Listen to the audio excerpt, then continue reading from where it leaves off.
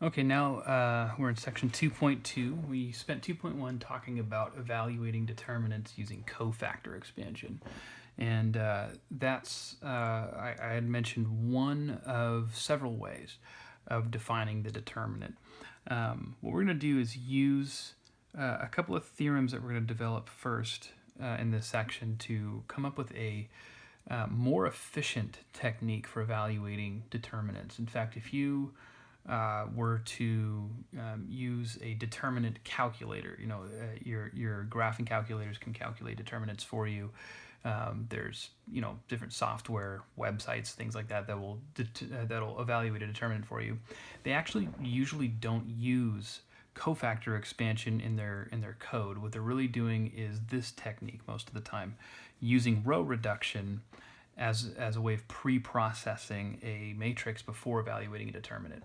So we're going to talk about what that means, what that looks like, and this should make some of the larger determinants that you might need to calculate an easier process. So first of all, a couple of theorems. Let's suppose A is any square matrix. If A has any row or any column of zeros, then the determinant of A is automatically going to be 0. And it should be really easy to understand why that's the case now that we've talked about cofactor expansion. This proof goes over it, but if you think about it just the way you would evaluate a determinant, if you expanded along that row or column, whichever it is, that has all zeros in it, then you're multiplying each of your cofactors by 0, and the sum will come out to 0. So that's an automatic, okay? Useful theorem. Next theorem, if A is a square matrix, A is always going to be a square matrix if we're talking about the determinant, because you cannot take the determinant of a non-square matrix, then the determinant of A will always be equal to the determinant of its transpose. That should also be that shouldn't be too difficult to understand either. If you think about what a transpose does, remember, a transpose just takes a determinant and swaps its rows for columns. So basically, if you're going to evaluate the determinant of a matrix A by expanding along, let's say, its ith row, well, then if you take the transpose of A, that ith row becomes the ith column of that matrix, and all of the other entries in that matrix are moved relative to that. So what that would mean is that expanding along the ith row in A is essentially the same thing as expanding along the ith column of A transpose, and you should end up with the same determinant. This is also a really useful theorem. So a couple of theorems under our belt. Now let's kind of get into the stuff that we're really going to be using for this technique we're talking about here. Okay, so first of all, again, let A be some n by n matrix. This theorem is going to concern something that happens to a determinant of a matrix if you perform a row operation on it first. So to begin with, if B is the matrix that you get when a single row or a single column of A is multiplied by the scalar k, then the determinant of that new matrix is equal to k times the determinant of matrix A. We're going to illustrate this one with an example down below.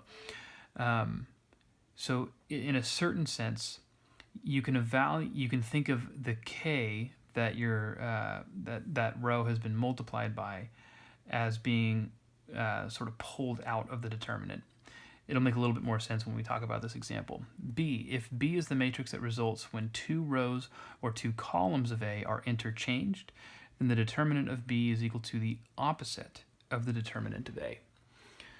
Okay, and finally C, if B is the matrix that results when a multiple of one row of A is added to another row, or a multiple of one column is added to another column, then determinant B is equal to the determinant of A. So all three of these correspond to one of our elementary row operations, and notice we can also think of them as column operations if you read these carefully. So what this is basically doing is saying, how does performing row operations to change a matrix affect the determinant of that matrix? And this theorem tells us how. We're not going to prove this whole entire theorem because it's we have to go through several cases, and it gets kind of messy. So again, here's an example. Let's suppose I have this matrix here. You can see the first row has a factor of k in each of its entries. So I could think of this as the row A11, A12, A13 as having been multiplied by k. All right, now if I were to expand this determinant along that first row, I would have the following. This is the cofactor expansion using that first row. And notice that because each entry in that row has a factor of k, then those entries are going to give me a factor of k in each term in this expansion. But that means I could factor that k out. And if I were to factor that k out, I get this expression. Having lost the k, I'm not going to evaluate this directly because I'm instead going to just notice that this is the cofactor expansion for this matrix, the one without the k. So this determinant is the same thing as k times this determinant. And kind of like I had said before, you can sort of think of this as being able to factor k out of a single row at a time. It's almost like we pulled the k out of that determinant. You can do the same thing with columns. Okay, so that's part of what this theorem is saying. That's part A. All right, so keep that in mind. Now let's go ahead and move on to this little table, and this table is going to illustrate the same theorem that we just talked about. This table is straight out of your book. So here's the one that we just did an example to show, pulling k out of that top row, but it could have been pulled out of any row if it was there. This one right here, if you can see this, the determinant that we're evaluating here came from swapping the two rows of this determinant here, and these two determinants will be opposites of each other. So performing that row operation gives you the opposite of the determinant that you would have had otherwise. Here, if you see what's happening in this first row, the first row is coming from taking the second row of this matrix, multiplying it by some constant k, and then adding that to the first row and replacing the first row with that new row. So that's that third elementary row operation. And what our theorem says is that if you perform those steps, then the determinant of both matrices will be exactly the same. So nothing changes when you do that elementary row operation. That might be a little bit surprising considering the fact that this looks like the most complicated row operation, and yet nothing changed as far as our determinant is concerned.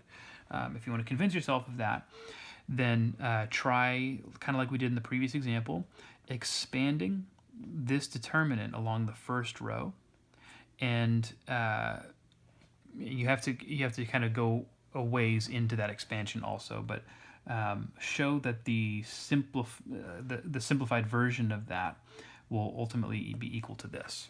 Okay. All right. So with these theorems or that last theorem in mind, we're going to come up with a theorem that's going to look very similar, but it's specific to elementary matrices. All right, so first of all, let's actually state this little fact right here. The identity matrix, any identity matrix will always have a determinant of 1. And if you think about why that is, remember the determinant is a diagonal matrix, which also means that it's triangular. And in the last section, we showed that if you want to take the determinant of a triangular matrix, all you need to do is multiply the entries on its main diagonal. Well, the identity matrix has nothing but 1s on its main diagonal. So multiplying 1 to itself however many times is still going to just give me a 1. Okay, that's an important fact for this next theorem. So let's suppose that E is any n by n elementary matrix. Again, we're going to break this into 3 parts, one for each type of row operation that could create or generate an elementary matrix. So if E is the matrix that results from multiplying a row of IN, so the identity matrix, by some non-zero number k, then the determinant of E is equal to k. Think about why that would be the case. This is essentially repeating what we talked about in the previous theorem, but using the fact that the determinant of the identity matrix is 1.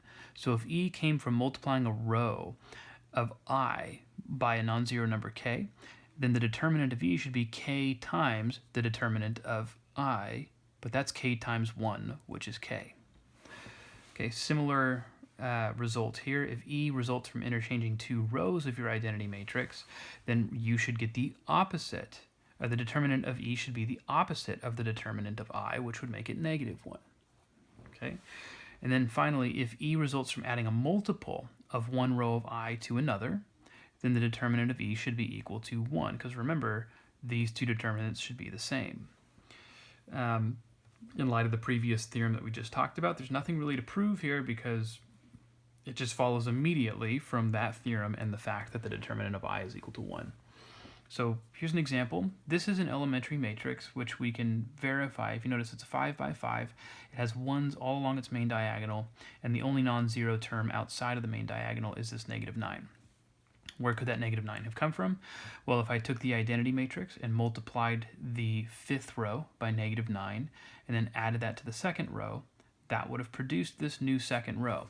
So that means E is an an elementary matrix of this 3rd type here. I don't need to compute the determinant, which wouldn't be that hard because there's so many zeros in this matrix, but I don't need to compute it directly because according to that theorem, it has to be 1. Okay, so that saves us the time of going through cofactor expansion. All right, cruising right along here. In light of the theorems that we just talked about, as well as the very first theorem that we talked about, which, remember, stated that if a matrix has a row or a column of zeros, then its determinant is 0. We can now state this one. This is a really important theorem as well. If A is a square matrix with 2 proportional rows or 2 proportional columns, then its determinant is also going to be equal to 0. Okay, so to prove this one, let's suppose that we're going to do this with rows, but the proof with columns would be essentially identical to this. Suppose that row I and row j are proportional. And remember, what that means is that one of these rows is a scalar multiple of the other.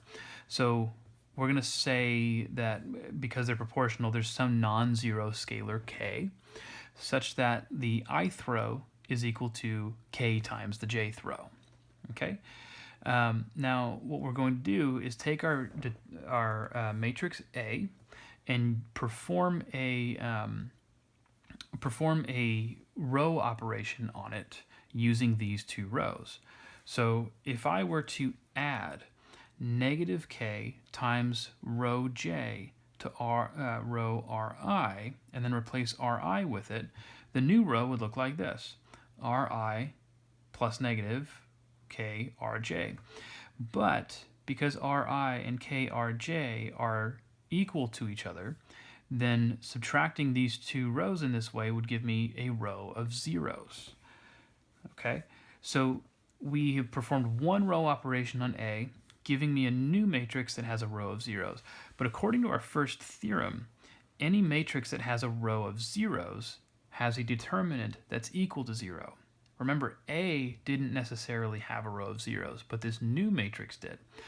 Now, the theorem that we just, the theorem before the last one said that if you perform this type of row operation on an elementary, or on a matrix, on a square matrix, then the determinant of the new matrix will be exactly the same as the determinant of the original matrix. So if the determinant of this new matrix is 0, then the determinant of A would have to be 0 as well. Okay, so that's what this theorem here, this proof is saying.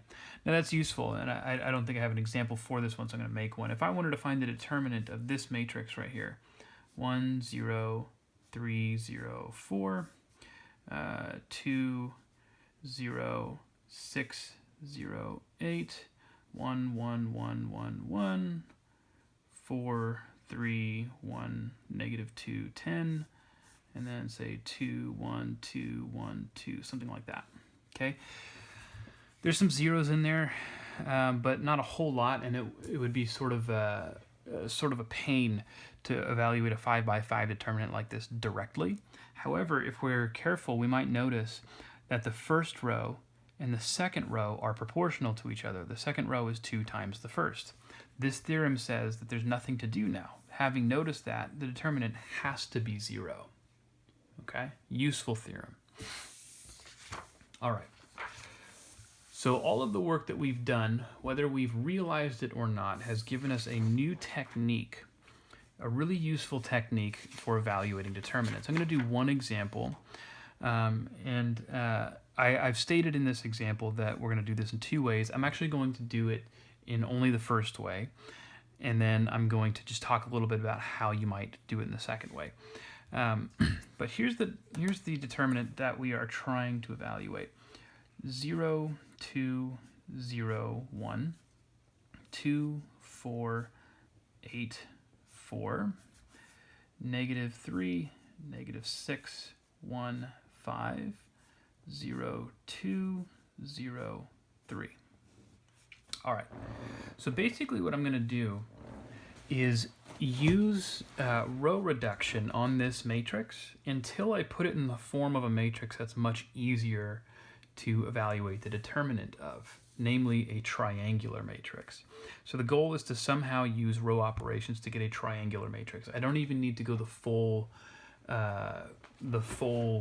way of Gauss-Jordan on this thing. So I'm going to start by swapping the first two rows since I have a 0 right here. Now we know from the theorem that we just talked about, if you take a matrix and you interchange two rows, you get the opposite of the determinant of the previous matrix. So if I swap these two, then the new determinant has to be the opposite of what I was originally evaluating. 2, 4, 8, 4, 0, 2, 0, 1, negative 3, negative 6, 1, 5, 0, 2, 0, 3. Okay? Now, notice that this first row, every entry in this first row is divisible by 2. So I can think of this as 2 times the row 1, 2, 4, 2. We saw from that previous theorem that we talked about, you can imagine factoring the 2 completely outside of this determinant. So now I have negative 2 times 1, 2, 4, 2. Nothing else has changed yet. 0, 2, 0, 1. Negative 3, negative 6, 1, 5, 0, 2, 0, 3. All right. Now,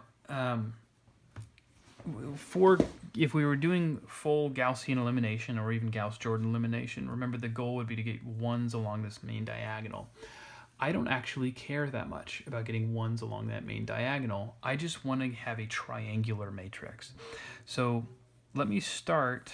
I'm actually going to do 2 steps in 1 this time. So I have negative 2.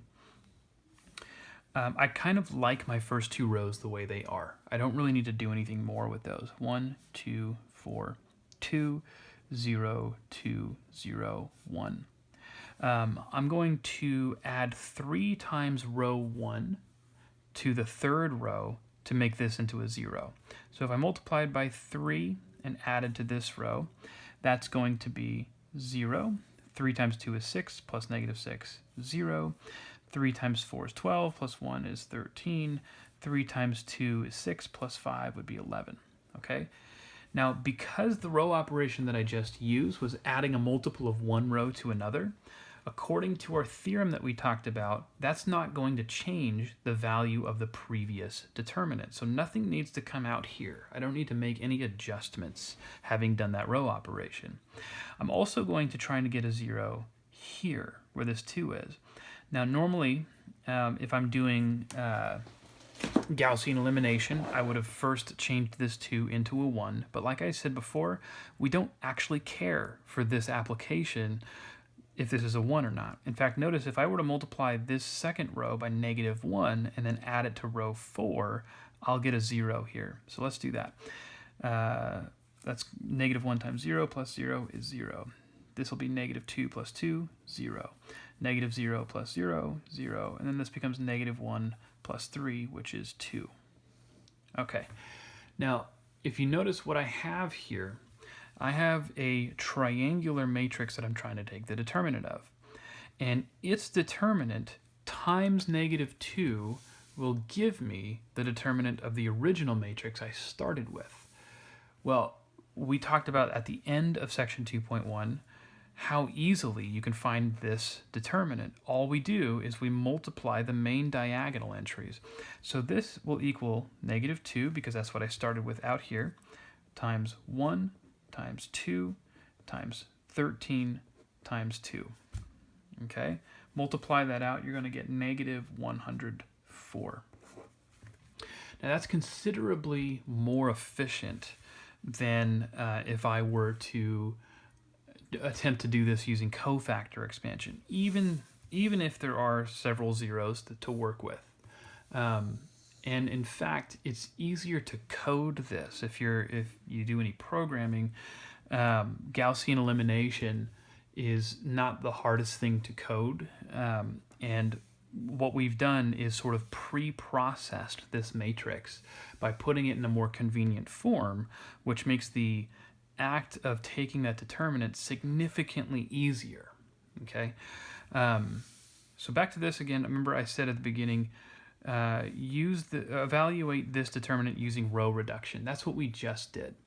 And then it says recalculate the same determinant using a combination of row reduction and cofactor expansion. So this is more if you're doing this by hand, which we are. If we wanted to, we could have decided to only do row reduction up to a certain point. Let's say we decided to stop right here. If we decided to go until we got to this point, then I could have said, okay, there's still a few zeros in here. I can now evaluate this determinant by expanding along, say, this column, because there's 2 zeros.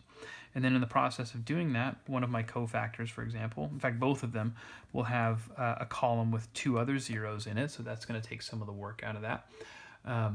So you could have said, I'm going to stop row reducing here and then do the rest of it using cofactor expansion. Sometimes that makes it go a little bit faster. In this case, though, I think row reduction all the way up until this point is what made this more doable. But you kind of make that a judgment call. So again, if you're doing, say, a 5 by 5 determinant, you can use row reduction until you've generated enough zeros in that matrix that you're satisfied with proceeding with cofactor expansion. All right, so useful technique, and we're going to use some of these results for some other things later, but that's it for 2.2.